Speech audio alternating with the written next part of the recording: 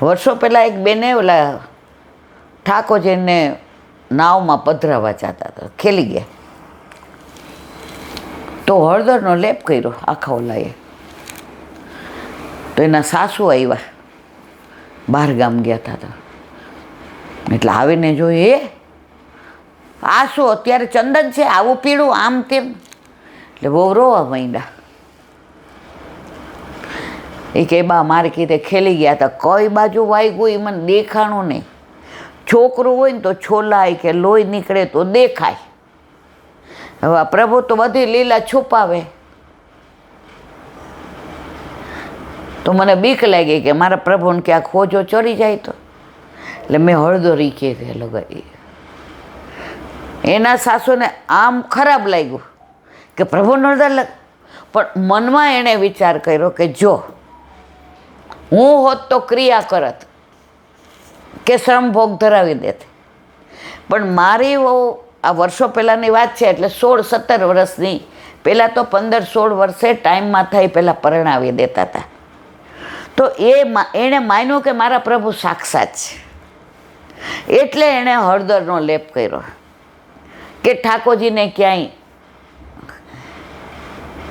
હવે સાક્ષાત ન માન્યું હોત ને મૂર્તિ માન્યું હોત તો આ કરત. બેટા બહુ સારું કર્યું હોતે. બા પોઢાડો ને ત્યારે આ બધું એ કે હા, એ તો હું ઉબટનો કરી દઈશ. કારણ કે પછી નિકુંજમાં રાધાજીને શ્રમ પડે ને આ બધું કાઢવાનું. એના સાસુ કે હું 26 વર્ષથી સેવા કરું છું, હું આ તબક્કે નથી પહોંચી કે આ સાક્ષાત છે. તારા લગ્નથી હજી 26 દિવસ નથી થયા, પણ તે સાબિત કરી દીધું કે તું સાક્ષાત માને છે. હું ક્રિયા કરતી હતી, તું સાક્ષાત માને છે.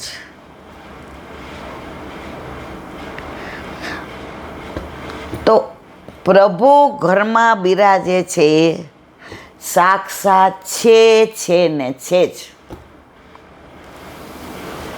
પણ એ ક્યારે અનુભૂતિ થાય? ક્રિયા કરતા ના હોઈએ ત્યારે. પરમદી કે કાલ આપણે ખીચાની વાત કરી હતી. એની પહેલાં ઉનાળામાં ઓલા બેને ઠાકોરજી પુષ્ટ કરાવ્યા. હવે ગ્રીષ્મ ઋતુ એટલે સફેદ ગુંજામાં લાવે. તો બિચારા મને કહેલા બેન હું તો લેતા ભૂલી ગઈ ને, અહીંથી બહુ દૂર છે. હવે મેં તો કાંઈ વાંધો નહીં, હવે એક દિવસ ઠાકોરજી એવું નથી કહેતા. સવારે એણે બધું કાઢ્યું તો લાલની હારે સફેદ ગુંજામાલા હતી. તરત ફોન આવ્યો, ઈલા આંટી જો તો ખરા. હજી તો પ્રભુ પુષ્ટ થયા હતા, આનો સ્પર્શ નહોતો થયો. ત્યાં ઠાકોરજીએ જતાવી દીધું કે તારા ઘરે મને ગમે છે, તું ચિંતા કરવા. આવા હું ઘણાય દાખલા, એટલે મને બધાય કહેલા હોય છે. મને કાંઈ, હું જાતે આ બધું પેલું નથી કરતી.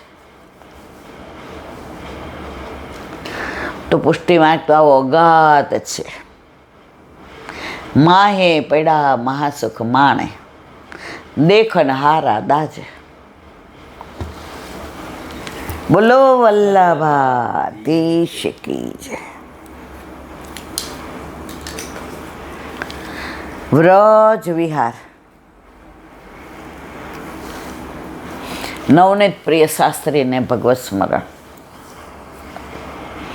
વ્રજની વાત આવે એટલે પાછા પહોંચી જઈએ. જો અહીંયા અમદાવાદ છે ને અહીંયા સીપીનગરમાં બેઠા છીએ ને, યાદ ન રહે, વ્રજમાં પહોંચી જઈએ.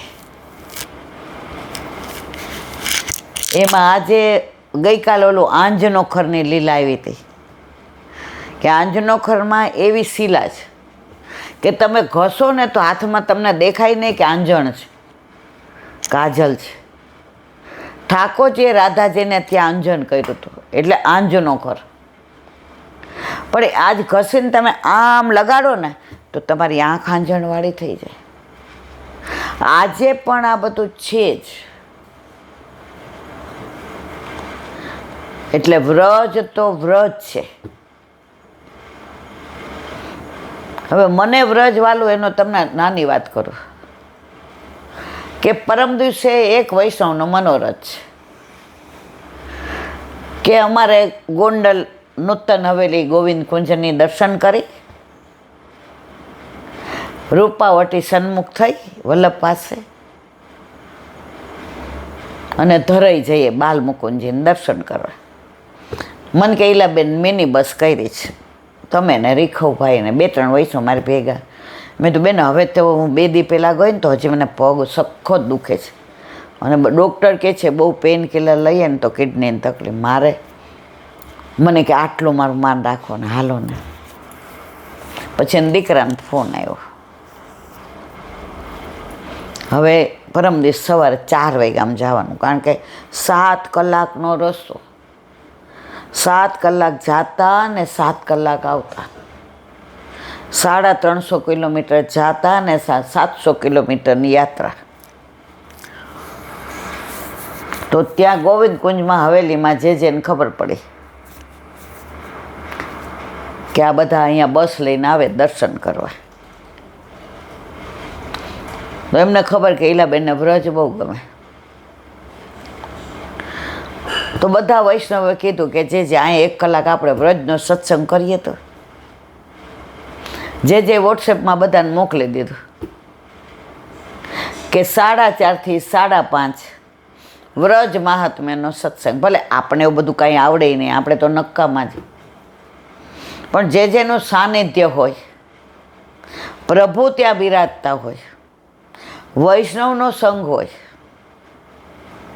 અને આવું સરસ મોસમ હોય,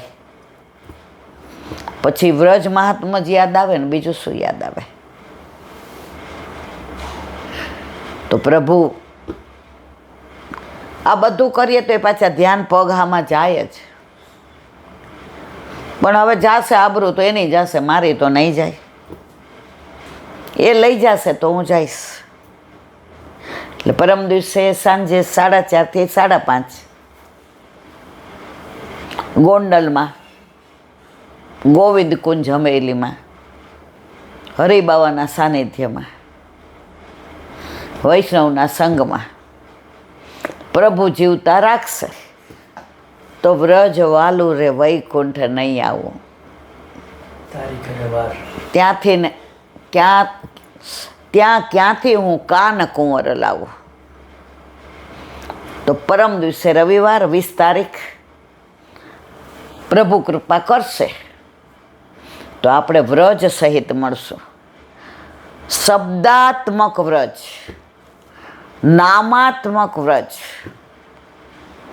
એ કરતાં દેહ ભલે આપણો અહીંયા હશે ગોંડલમાં, પણ મનથી તો બધાય પહોંચી જાશું વ્રજમાં. એની લીલા એ જાણે. કાલ સાંજ સુધી મને ખબર હતી એના બધા પ્રોગ્રામ ને એના બધા કાર્યક્રમ ને આ વ્રજનો નાથ છે. ક્યારે કઈ લીલા કરે ખબર પડે નહીં. તો વ્રજ વિહાર.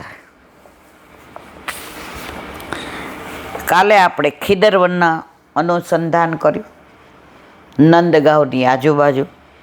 આજે કુંડલવન. આ વન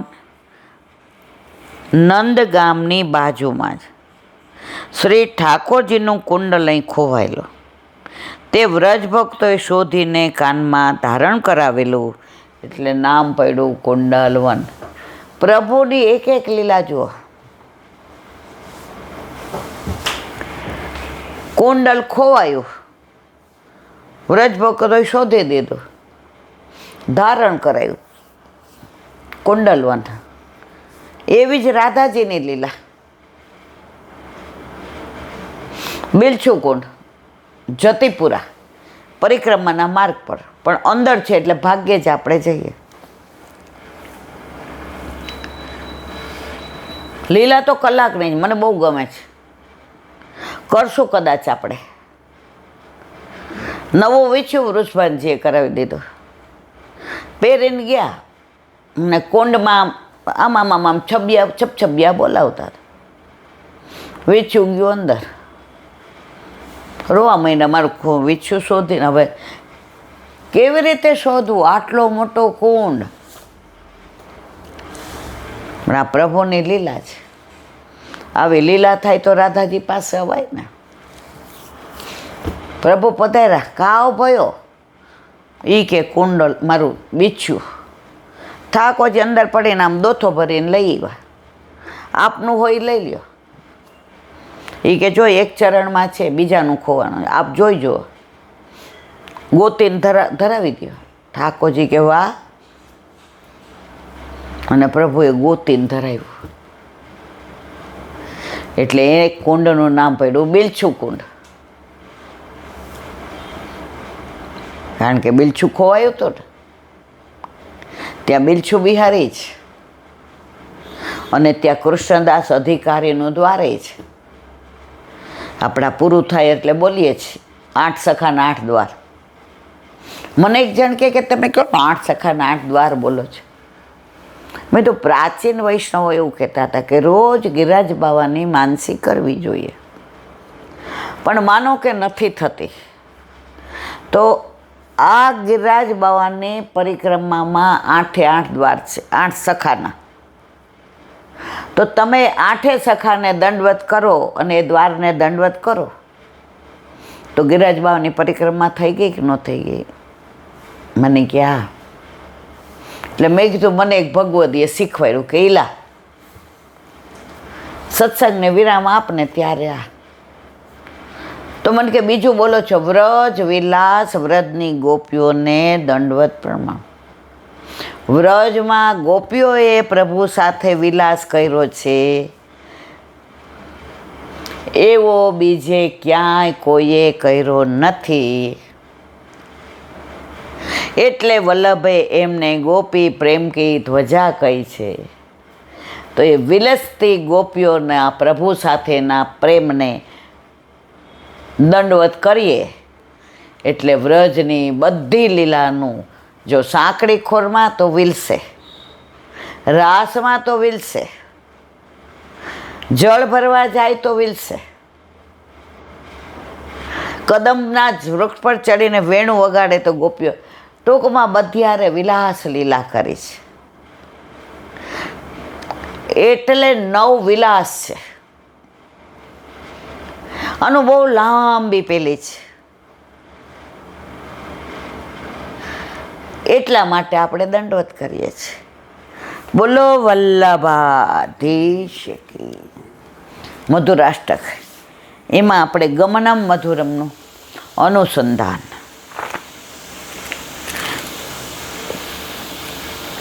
હવે 84-252 વૈષ્ણવનું અનુસંધાન. 252 ભગવદીઓ પૈકી 88માં ભગવદીય ક્ષત્રિય વૈષ્ણવ જેમને આત્મનિવેદન કરાવ્યું તેઓ સાત્વિક ભક્ત છે. જો હતા ક્યાંય નથી લખ્યું, બધે જ છે. 84-252 ભૂતલ પર છે જ. લીલામાં કૃષ્ણપ્રિયા નામ છે. તેમનામાં એકરૂપપણું અને એક સરખાપણું છે. તેથી તેઓને બધા કૃષ્ણપ્રિયા કહે છે. સ્વભાવ ખૂબ સરળ ગુણચુડાથી પ્રગટ્યા છે. આ વૈષ્ણવ નાનપણથી કથા વાર્તા સત્સંગમાં જાય, સાધુ સંતોની પ્રીતિથી તેલ કરે, ભૂખ્યાને ખાવાનું, કપડાં વગરનાને કપડાં આપી સમાધાન કરે. ખૂબ ભક્તિભાવવાળા. એક વૈરાગી ઠંડીના દિવસો, ખૂબ ઠંડી, ઓઢવા પાથરવાનું કશું નહીં. ધ્રુજ તો આવી આ ક્ષત્રિયનું દ્વાર ખખડાયું, પણ ક્ષત્રિય ન હોવાથી વૈરાગી તેના દ્વાર આગળ પડ્યો રહ્યો અને ઠંડીમાં તેના પ્રાણ નીકળી ગયા. તેથી ક્ષત્રિયને લાગ્યું કે આ મારો અપરાધ છે. શ્રી ગુસાઈજી જગન્નાથજી પધાર્યા.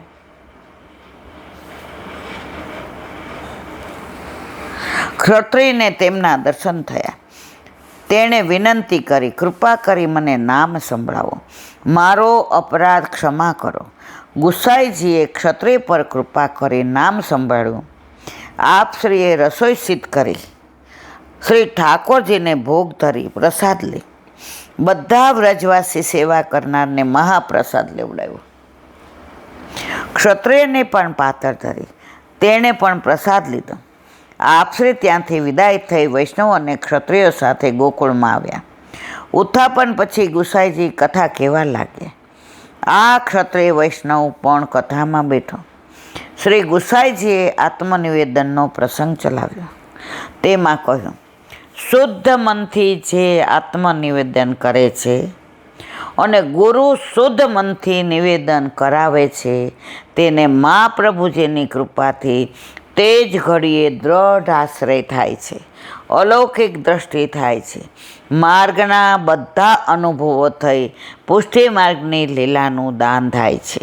ક્ષત્રિય વૈષ્ણવે મનમાં વિચાર્યું, શ્રી ગુસાઈજી પોતે કૃપા કરે તો હું આત્મનિવેદન કરું.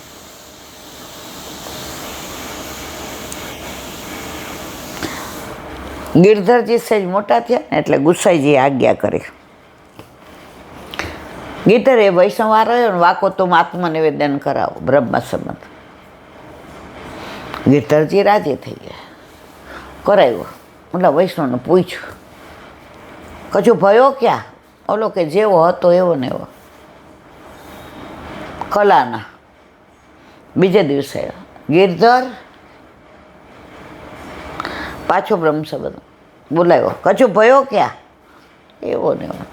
ગુસાઈજી કે ગિરધર હવે તમારે વ્રત કરવું પડશે અને ફલિત નથી થતું.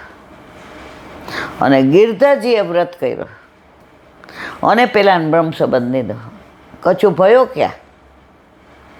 ઓલાએ જે વાત કરી